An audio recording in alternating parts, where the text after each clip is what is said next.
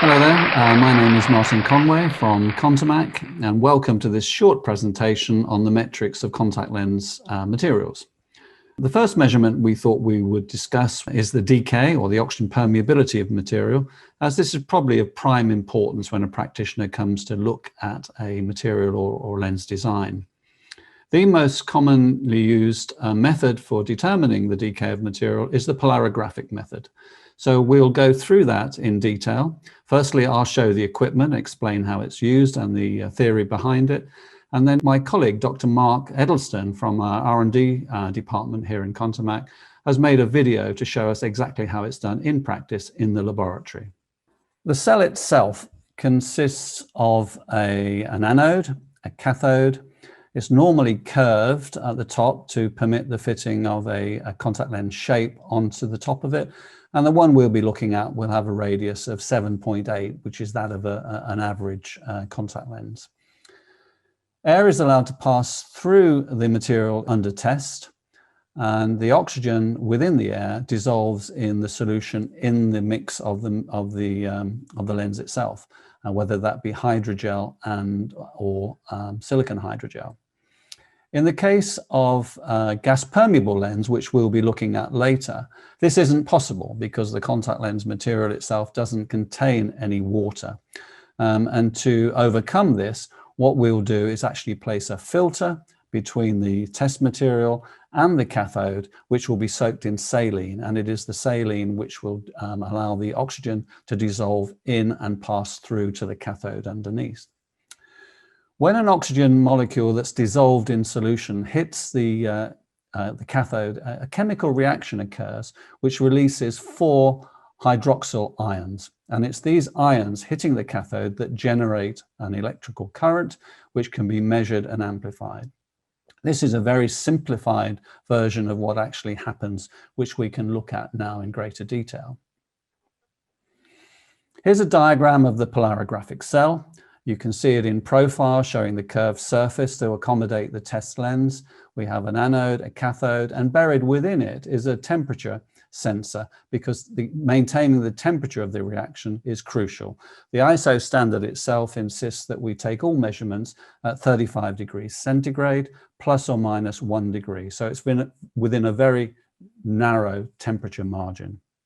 Here we can see the view from above, showing the silver of the anode, gold of the cathode, surrounded by an insulating material to separate the two. The equipment itself is rather more complex.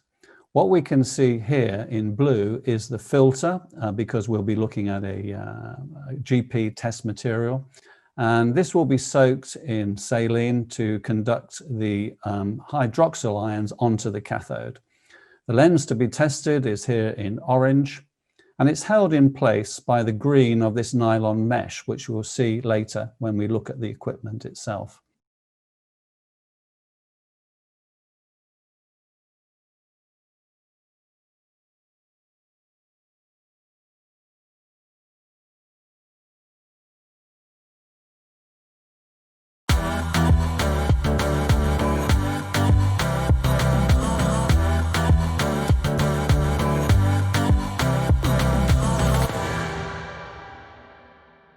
Normally, all tests will be conducted within an environmental chamber such as this.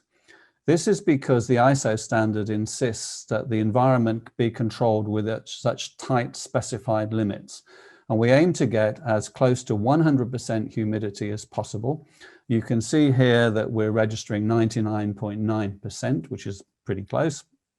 And this is in order that hydrogel materials or silicon hydrogels, or in the case of gas permeable materials, the actual filter itself, don't dehydrate during the process, because that will affect the accuracy of the readings.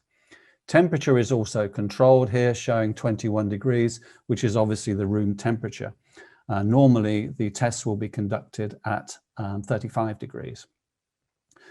For the purpose of demonstration, we're going to remove the equipment and film it outside, because obviously it's very much more difficult to manipulate it in the chamber itself. Here's the equipment. You can see the polarographic cell. The movable sleeve on the left with a nylon mesh, which is going to hold the test material in place. And behind it, you can see the temperature gauge and also the current measurement. This is the equipment that the scientists will use to measure the current coming through the test material. We'll now watch my colleague, Dr. Mark Edelston, perform the test. Dr. Edelston is the R&D scientist that developed Optimum Infinite material, which is the new material from Conway.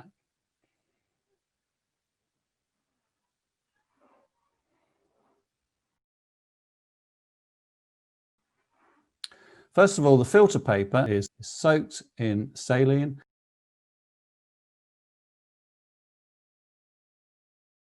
and placed across the top of the polarographic cell, the anode and the cathode.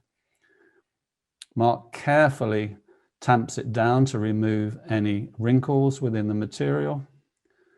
As I said, this is necessary because we're testing a GP material at this point.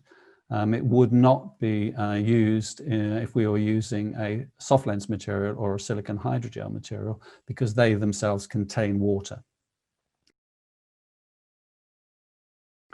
Once the filter paper is firmly in place, we'll then select the test material, and it's placed carefully over the cathode and centralized.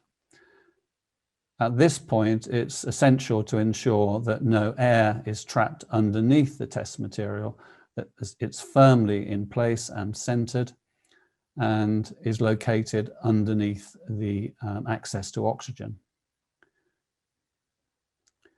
The movable sleeve is then lowered, and the nylon mesh holds the whole thing in place. At this time, the material and the equipment would be left to equilibrate. Temperature has to come up to 35 degrees. And as you see the temperature increasing there on the right, you can see that the current is actually slowly increasing as well until we get to within the permitted boundaries of 35 degrees plus or minus 1 degree.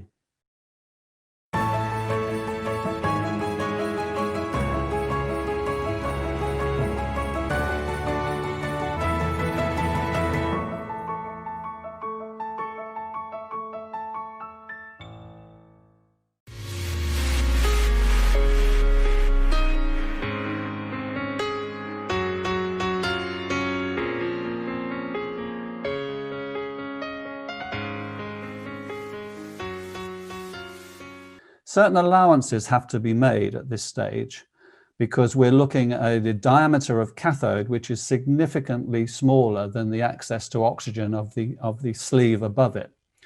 And so this is called the edge effect, and that's built into the calculations to allow for the fact that more oxygen is available at the front of the test material than is actually received at the back.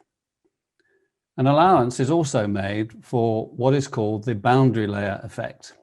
This is due to the extra layer of resistance caused by the interfaces between the lens samples, the filter papers, and the cathode itself. To correct the boundary layer effect, we measure different thicknesses of lens samples. The ISO standard actually insists that we test 4 sample materials, 4 different thicknesses, and they are considerably different in thicknesses. Here on the left, we can see a lens of 40 microns increasing over to the right of 400 microns, 10 times thicker. You'll also notice that the oxygen has quite a barrier to pass on its way to the sensor through, first of all, the nylon mesh and also the filter paper in the case of a GP. So how on earth can we judge how much oxygen would come through the material itself? The fact is we're not actually measuring that. What we're measuring is the difference in dk over T between 4 test samples. And it's this calculation of thickness and decay that enables us to calculate the effect of decay using the varying thicknesses. It's important, therefore, that the test samples are machined accurately with parallel curves and exact thicknesses in order to make these calculations accurate. We have to do 4 measurements of each test sample on at least 4 separate occasions. The test samples are done in rapid succession so that there's no change in filter or mesh, and the environment is carefully controlled during the procedure to control all the variables as closely as possible. The polarographic cell is calibrating using sample materials obtained from the University of Alabama. The oxygen permeability reference material repository is run by Dr. Joe Benjamin and holds samples of materials that are used to calibrate equipment throughout the globe. Up to 30 sets of measurements are taken with varying thicknesses of material. And these results are fed into a spreadsheet, which allows for factors such as the edge effect and the boundary layer. These results are then plotted of thickness against dk and should show a straight line. Any deviation more than 10% from that straight line might indicate a faulty or erroneous reading. The polarographic cell has served us well over the years and is accurate in lower dk materials. If you're using a material of, say, a 60 dk, does it really matter to the patient whether it's 54 or 66? But as we increasingly seek higher and higher dk materials, there will come a limit where the polarographic cell is no longer accurate enough. When we're reaching levels of 200 dk, for example, an error effect of 10% may not be acceptable. So we should bear this in mind when we're viewing the polarographic cell when used for calibrating high dk materials. Well, I hope you found this short presentation interesting. I certainly have learned a lot during my research into it, and I hope you join me again for the next presentation. Thank you very much.